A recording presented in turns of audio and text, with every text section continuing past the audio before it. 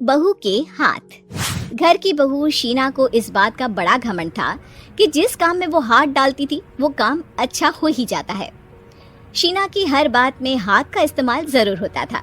एक दिन शीना का पति आकाश उससे कहता है, कल जो वो भिंडी बनाई थी ना तुमने, वाह वाह वाह वाह, मजे आ गए।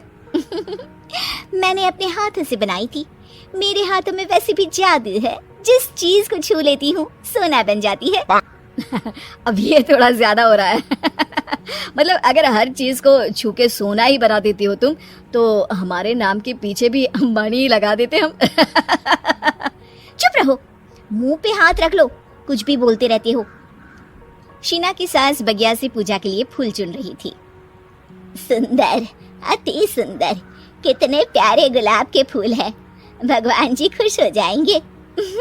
मैंने अपने हाथों से जो पौधा लगाया था, मेरे हाथों की कोई भी चीज बेकार नहीं जाती। हाँ बेटा, सही कह रही है। इसीलिए तो तुम्हारे पिताजी से मैंने अपने बेटे के लिए तुम्हारा हाथ मांगा था। और उन्होंने हाथों हाथ में मेरा हाथ आपकी बेटी के हाथ में दे भी दिया था। हाँ बेटा, वो तो है, पर मुझे ये बता, तू ये हर बात में हाथ क्यों बीच में लेकर आती है?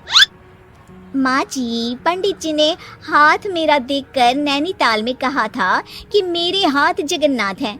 मेरे हाथों से कभी कोई काम नहीं बिगड़ेगा, तो मेरे हाथों की तारीफ तो मुझे करनी पड़ेगी ना। हाँ हाँ, ठीक ही कह रही हो वैसे। तो मिलाओ हाथ इसी बात पर। शीना को न सिर्फ इस बात पे गर्व था कि उसके हाथ से सब अच्छा होता है, बल्कि घर के सारे काम भी वो पहले अपने हाथ से करती, फिर कोई दूसरा उन कामों को कर पाता। एक दिन शीना कपड़े धो रही थी। अरे घर में वॉशिंग मशीन है तो सही, खुद क्यों थक रही हो? कपड़े पहले मेरे हाथ से धुलेंगे, फिर वॉशिंग मशीन से। पहले हाथ की सफाई, फिर मशीन की धुलाई।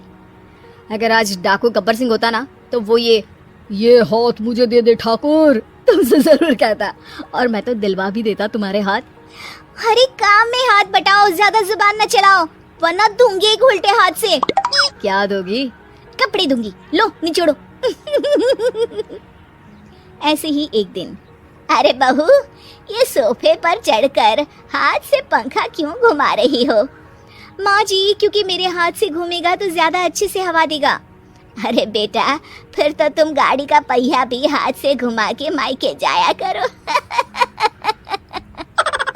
एक बार आकाश ने घर पर कार लाने की बात छेड़ी। माँ, सोच रहा हूँ कि एक कार लेकर आता हूँ। ले ले बेटा, क्यों नहीं? अरे पैसे हो तो हवाई जहाज भी ले लेना।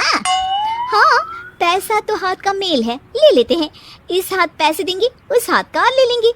मुझे तो लगता है कि बहू कार भी अपने हाथों से धक्का लगाकर घर लाएगी। वो तो नहीं करूंगी, लेकिन सबसे पहले स्टीयरिंग पर हाथ मैं ही लगाऊंगी, ताकि गाड़ी का आना शुभ हो। अरे घर ले आने तो दो, फिर हाथ लगा लेना। लेकिन शीना नहीं मानती। अगले दिन ही सब कार लेने जाते हैं। शीना सेल्समैन से कहती है, भैया ये कार बहुत पसंद है, पैक कर दो। अरे ओ भाग्यवान, 2 मीटर कपड़ा नहीं है जो पैक करवा ले, जरा चला कर तो देखने दो। यस सर, बिल्कुल, टेस्ट ड्राइव कीजिए ना। अरे नहीं नहीं, सबसे पहले मैं हाथ लगाऊंगी गाड़ी को, मेरे हाथ अच्छे हैं। अरे यार, हाथ तो मैं भी धोता ही हूँ, और आजकल तो सैनिटाइजर से भी धोता हूँ। मेरे काम में हाथ ना अड़ाओ। अरे टांग ना अड़ा होता है भाग्यवान, हाथ नहीं। शीना ड्राइविंग सीट पर बैठ जाती है और आकाश उसे गाड़ी के फंक्शन समझाता है। देखो शीना, ध्यान रखना, ये है स्टीयरिंग, इसे राइट लेफ्ट जाएंगे। ये है एक्सेलरेटर, इससे स्पीड कंट्रोल कर सकते हैं, और उसी के पास में है ब्रेक, जो तुम्हारी जुबान में शायद मिसिंग है।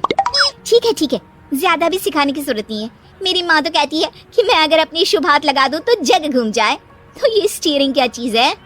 शीना गाड़ी स्टार्ट कर देती है और स्टीयरिंग को घुमाते हुए एक्सेलरेटर पर धीरे से पैर रखती है, और शोरूम के बाहर के एरिया में ही गाड़ी घूमने लगती है, जहाँ दूसरी गाड़ियाँ भी रखी हैं। देखा मेरे हाथों का कमाल। अब ब्रेक दबा दो, आगे गाड़ी है। शीना आगे गाड़ी देखकर घबरा जाती है और पाँव गलती से एक्सेलरेटर पर पड़ जाता है। कार आगे खड़ी एक बड़ी गाड़ी में घुस जाती है। दोनों कार से उतरते हैं। सेल्समैन भागते हुए आता है। अरे 7 लाख की गाड़ी खरीदने आए थे और 15 लाख की गाड़ी ठोक दी, ओ माय गॉड। आकाश की माँ, आकाश और शीना घबरा जाते हैं। इतना सारा पैसा कहाँ से आएगा? तभी वहाँ मैनेजर भी आ जाता है, पूरा माजरा समझता है। अरे टेंशन मत लीजिए, गाड़ियों का इंश्योरेंस था, आप जो कार लेने आए थे वही खरीद लीजिए। पर मैडम, जब तक आप सीख ना ले तब तक गाड़ी मत चलाइएगा। अभी तो आपने गाड़ी बस ठोकी है, जिसका बीमा भी था, लेकिन सड़क पे चलते हर इंसान का बीमा नहीं होता। अरे मेरे हाथों से ठुक भी गया ना तो उसकी जिंदगी बन जाएगी, और अगर चला भी गया तो स्वर्ग ही पाएगा।